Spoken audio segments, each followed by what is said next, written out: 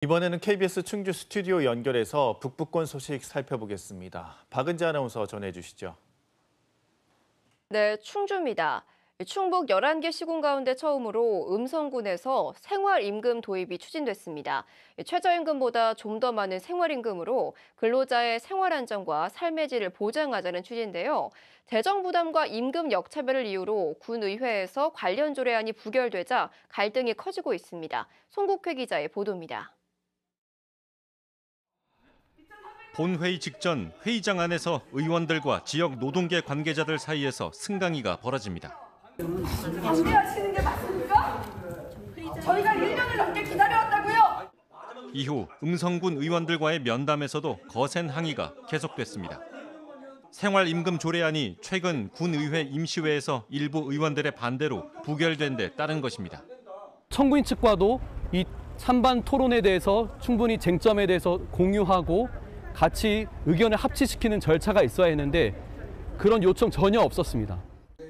의회 문턱을 넘지 못한 음성군 생활임금 조례안은 노동자들의 생계를 위해 최저임금보다 많은 시급을 보장하는 내용이 담겼습니다.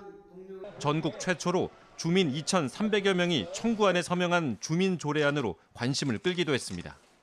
하지만 의회 접수 10달 만인 지난주 의원 간 찬반 의견이 맞서 조례안 원안과 적용 대상을 축소한 수정안 모두 부결됐습니다. 군의 재정 부담과 함께 생활임금 적용 대상이 공공 분야로 한정돼 민간 분야와 형평성 문제가 불거질 수 있다는 이유에서입니다.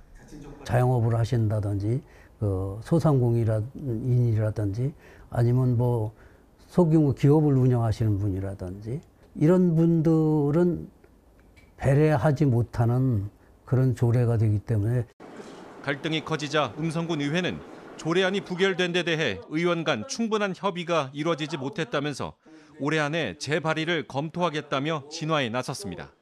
노동계와 주민들은 조례안 통과까지 투쟁을 이어가겠다고 예고하는 등 갈등이 계속될 전망입니다. KBS 뉴스 송국회입니다. 충주경찰서는 헤어지자고 한 연인을 살해한 53살 A씨를 살인 혐의로 구속했습니다. A씨는 지난 20일 충주시 수안보면에서 술에 취해 차를 몰고 연인이 운영하는 카페로 돌진한 뒤 연인에게 흉기를 휘둘러 숨지게 한 혐의를 받고 있습니다. 경찰 조사에서 A씨는 이별을 통보받아 앙심을 품고 범행했다고 진술한 것으로 알려졌습니다. 음성경찰서는 지난 16일 한 폐수 처리장에서 설비를 철거하던 60대 김모 씨가 2m 아래로 추락해 치료를 받다 사흘 만에 숨졌다고 밝혔습니다. 경찰은 사고가 난 설비에 유독물질인 황화수소가 있었지만 김 씨가 방독면 등 안전장비를 착용하지 않은 것으로 확인됐다고 설명했습니다. 또 황화수소 중독 여부 등 정확한 사망 원인을 파악하기 위해서 국립과학수사연구원에 시신부검을 의뢰하기로 했습니다. 제천시가 출연기관인 제천문화재단의 고유 기능에 관광을 더해 제천문화관광재단으로 바꾸는 조직 개편에 나섰습니다. 제천시는 내년 3월 제천문화관광재단 공식 출범을 목표로 최근 타당성 용역을 의뢰했습니다. 제천시는 재단 조직을 문화사업부와 관광사업부로 이원화하고 관광사업팀과 체험관광팀을 새로 만들어 관광사업의 경쟁력을 강화하겠다는 방침입니다. 단양군이 주차난 해결을 위해 공영주차장 3곳을 더 조성합니다.